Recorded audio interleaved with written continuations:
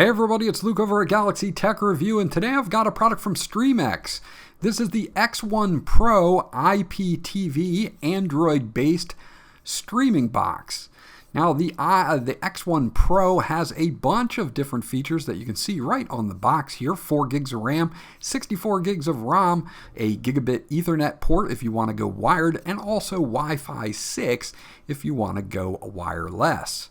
Now this runs on Android 12 TV, and we're going to dig into it now, and I'll be right back.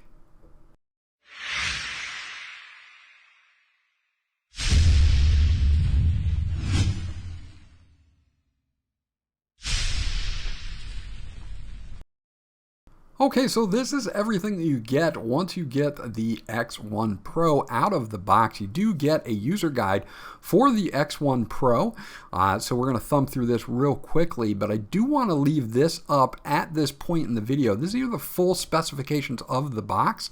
Android 12, it's got an H618 quad-core ARM Cortex-A53 with a Mali A31 MP2 GPU, 4 gigs of DDR3 memory, and 64 gigabytes of eMMC storage. The rest I will leave up to you to check out, but I do want to leave this up in case you want to come back to this point in the video and check it out. Now they give you an overview of how to pair up the Bluetooth-enabled remote for this so that you can use a voice functionality. We'll take a look at that as well, but it is integrated with Google Assistant, which is really nice to be able to find things and launch things as well. Now we do have our standard 2-prong to barrel plug here, and I'm going to show you, or hopefully you guys will be able to see this, that is a 5-volt 2-amp output on this, and again, simple barrel plug here to plug in the X1 Pro. They do supply you with an HDMI cable. This will be to hook up to your monitor or TV, depending on what you're going to be watching this on, so they do include that in the box as well.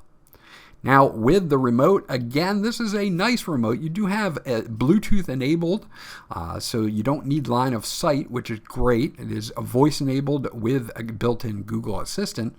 You do have a mouse pointer that you can use here as well, and all of your normal functions. Now it comes without 2 AAA batteries, so just make sure that you have some on hand.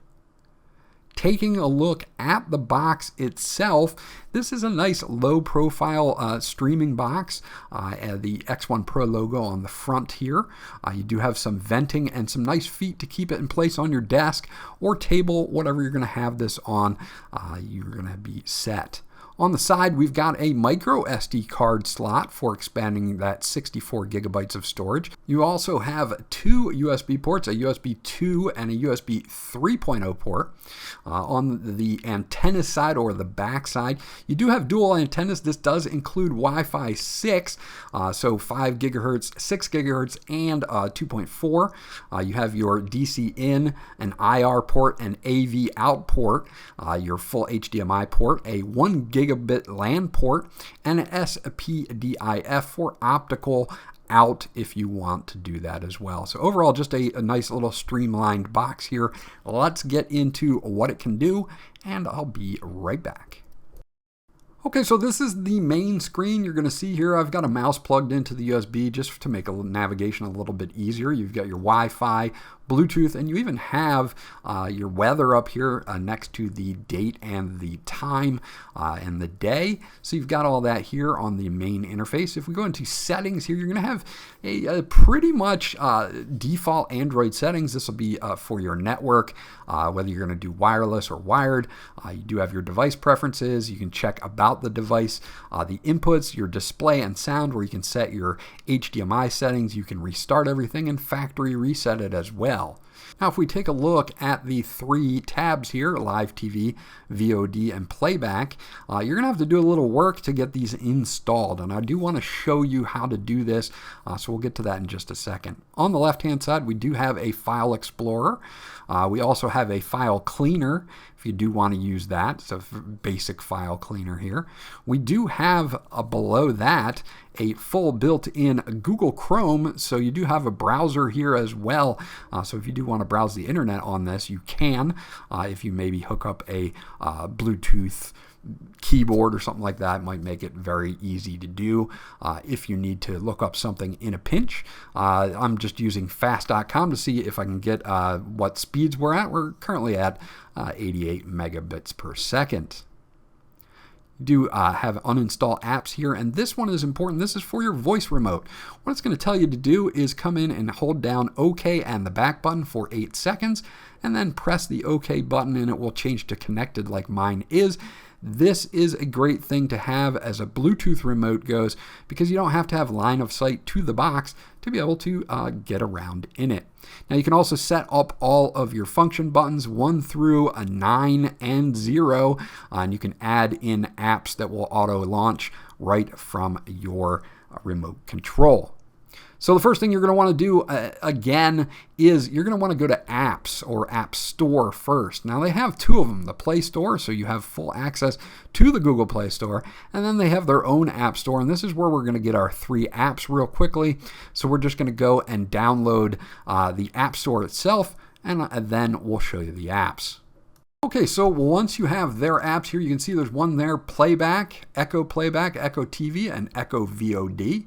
You just want to install each 3 of these apps, and these will be their TV-based apps. Echo TV being for live TV, Echo Playback for up to 7 days of TV, past TV that you can check out, and VOD or video on demand for movies and TV shows. So once you have those downloaded, you can go into Live TV, hit Add, and you can just add the app, Echo TV, and then that will be in that folder for you. It might throw you a little bit that it wasn't there automatically, and that you did have to go to their app store. That's why I wanted to show. So I'm just putting these in their correct places so that they're there. Now you can also pin these to the bottom for quick access on the main screen, so you don't have to go into the folders to do so. So the first app is the TV app. You can see the live TV here that we have. We have 1,494 live TV channels. So you can see that we have a ton to check out here. You have all or favorites. You have network TV. You have regional locals. If you want to watch your local news, which is easy enough to do, you just kind of go in and find one that's close to you. We're going to pick one here, maybe Philadelphia. We'll check that out. And as you can see, it comes up no problem. Very quick, no problems at all. So let's go back out, and you'll see that we have other things like sports networks, 24/7 TV shows like Retro, Adam Sandler, Nightmare on Elm Street, things like that, Aladdin movies, Alien movies, and it just goes on and on and on. You can see there's 115 of these 24/7 shows. So if I wanted to watch, say, Andy Griffith, I could easily do that as well. And you can see it comes up no problems. Now we also have pay-per-view events here, NBA, a bunch of different sports, MLB, NFL, MLS, NHL, ESPN, and more. We've got Canada channels, Latino channels, and Super Sport channels as well. So you've got plenty to watch here on live TV.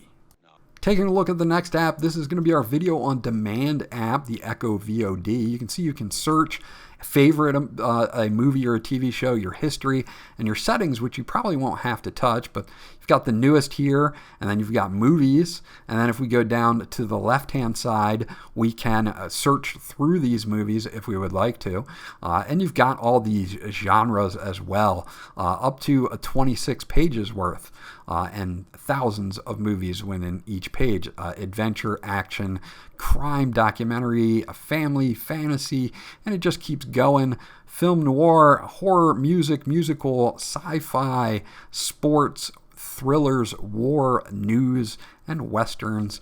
So you've got a ton of different choices here as well. So if we just want to maybe check something out, we can easily do so just by the front page or going down again to there. Now again, the same thing for TV series. They're going to have some featured ones on the front. If you go to that orange button in the lower left, you're going to have all of your genres here. Again, 28 different genres here. If we want to pick something, we can easily do so, like action, and maybe we'll pick something like Buffy the Vampire Slayer, and we'll just fire up an episode to see how fast this loads and what it looks like. No problems here. Does take a few seconds to buffer, but not a big deal. You can see it was fairly instantaneous. Good picture, and we're off to the races. So TV shows and movies on VOD will be just fine on this as well.